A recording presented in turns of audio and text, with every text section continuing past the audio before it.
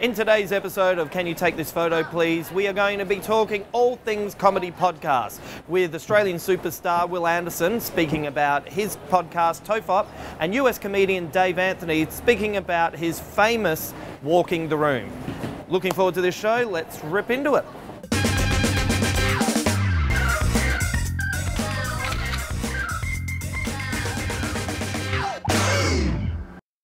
I know you say that your podcast is dirty, but it feels dirty to me. But I don't think it is a dirty podcast because there's so much heart at the it's about broken people. It's and about you talk so much about honest things didn't go well in my career, and you know, and like you are so. I mean, you know, you will turn on something or get angry about something at the drop of the hat. But at the next moment it's gone.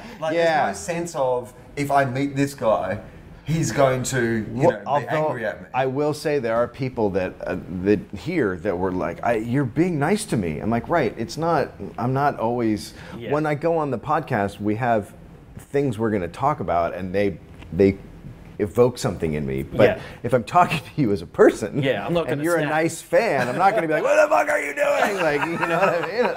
I'd be insane. Yeah. There are some acts like that, though. Yeah. That is not a podcast, it's more a document of your insanity. I think people make a mistake when they think about comedy. They think about, quantity of audiences. Yeah. People say to me, oh, if you swore less, more people would come. Yeah, but I wouldn't be able to swear. Yeah.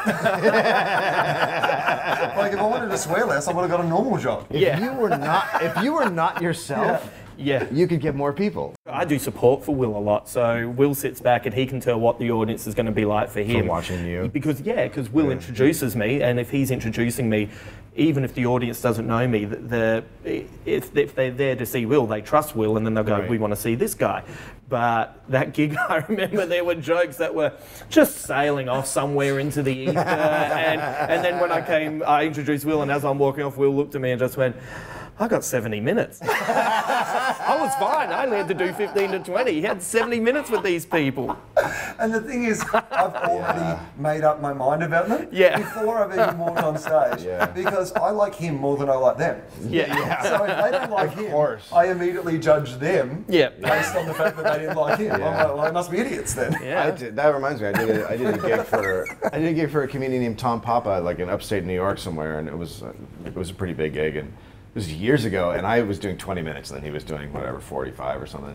And I was halfway through, and I just remember saying to the mic, "Whoa, I'm doing 20, you're doing 45." And just hear him laughing in the back. I'm like, oh my God. We both just died for over an hour.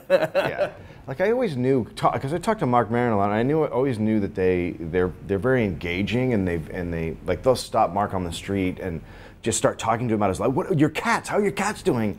So they know details about your life, so they're very enthusiastic. But our people seem to take it to another level. And we're really I guess dirty, and I mean it's like anything goes. And so there's some that you're like, okay, that's a little. We don't mean it. We're like a nice dirty. For you guys, it's kind of theater of the mind. Sometimes there's just someone who comes and goes, "I killed 2 guys." Exactly. And you're like, I don't know what's happening. There's no theater. There's no theater. I like 19 people in a basement. You'll be into this. You want to see my grandma naked? I don't know. You guys haven't been hit by the economic destruction that we have. No, you know what you need in your country? Shit you get to get out of the ground. That'll keep you If you could just dig some more shit out of the ground, that'll keep you fine. Keep digging. We have a lot of it. Slowly just really? I mean, 20 years from now, the whole country will collapse into a hole. But we'll be gone by then. We'll be out of here. I'll bring that back home and tell them. What was their secret? Dumb luck. They found buried treasure. They're essentially pirates.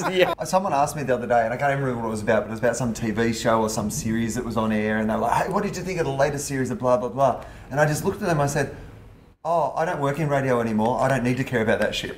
Yeah. Like the amount of time in your life that opens up when you don't have to care about shit you don't care about. We were ordered to watch the show Survivor for a season, and I was like, I just loathed it. I just thought it was the stupidest thing I'd ever seen, but I had to go in and talk about it every week, and it was just that kind of stuff. Well, I can't agree with you on that. I love Survivor. Will has seen I understand the anecdote. Yes. Even though you've chosen a horrible genre. I could feel Will fading as you went further.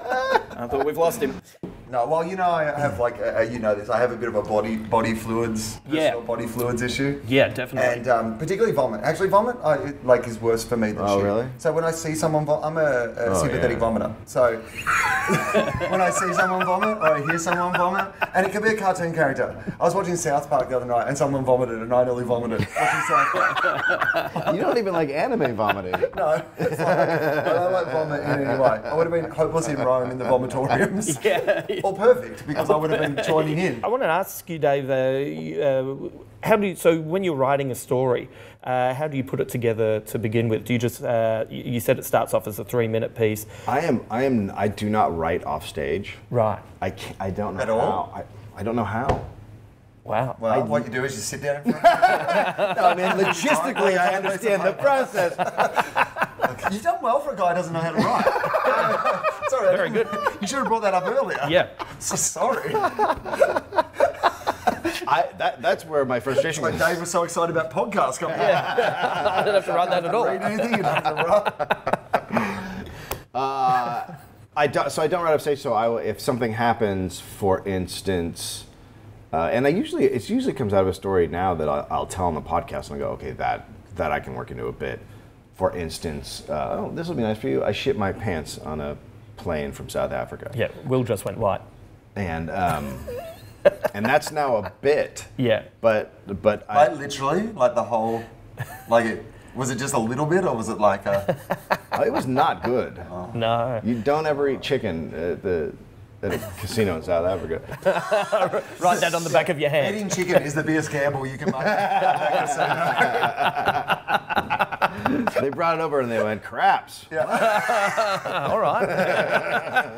Okay. Because there's this new thing where Louis C.K. is saying he's trying to write a new hour every year. Yeah. And Patton's trying to do it too. Yeah. And Mark asked Jake about that, and he said, why would I do that? America is huge. Yeah. I can just do it until I don't need to do it anymore. I mean, you don't keep the same act for years, but Yeah. you don't need to do that there. Well, that's a fascinating thing because we're here watching people like Jerry Seinfeld talking to Louis C.K. going, "What are you doing? I just want to see the act," and it's this big deal, and we're sitting there going, "Oh no, that's what we do. That's what we do every year." Every time everyone's like, Louis C.K.'s written like 5 shows in 5 years. I'm like, 18 in 17 years, mate. Yeah.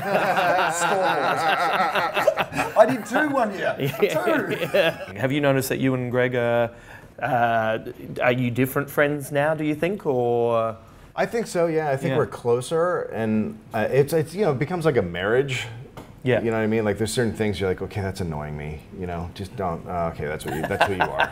Like it's that kind of thing. And what about, does it change the way you're friends off air? Because the one thing that I would say, I mean, I love doing the podcast with Charlie because it's an appointment for us to catch up once a week and, just have a chat and whatever, which is great.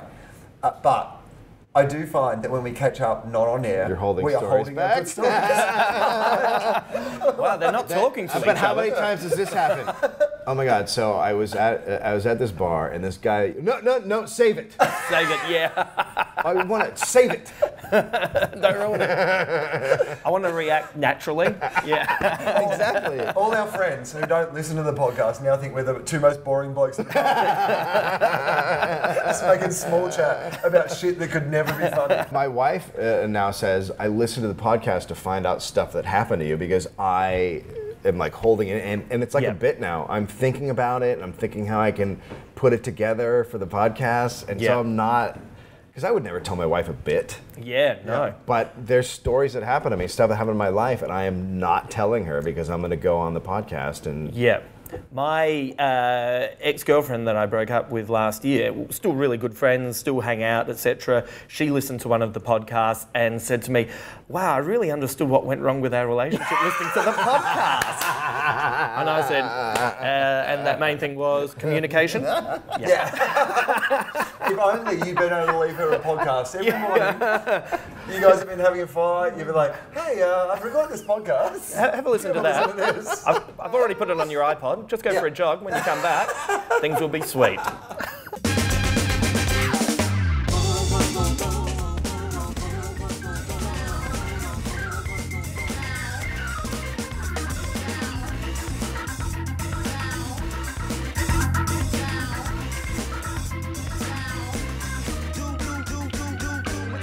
It's fine with me. I build a do what you wanna. It's fine with me. I build a do what you wanna. It's fine with me. I build a dynasty with the rhymes of beats.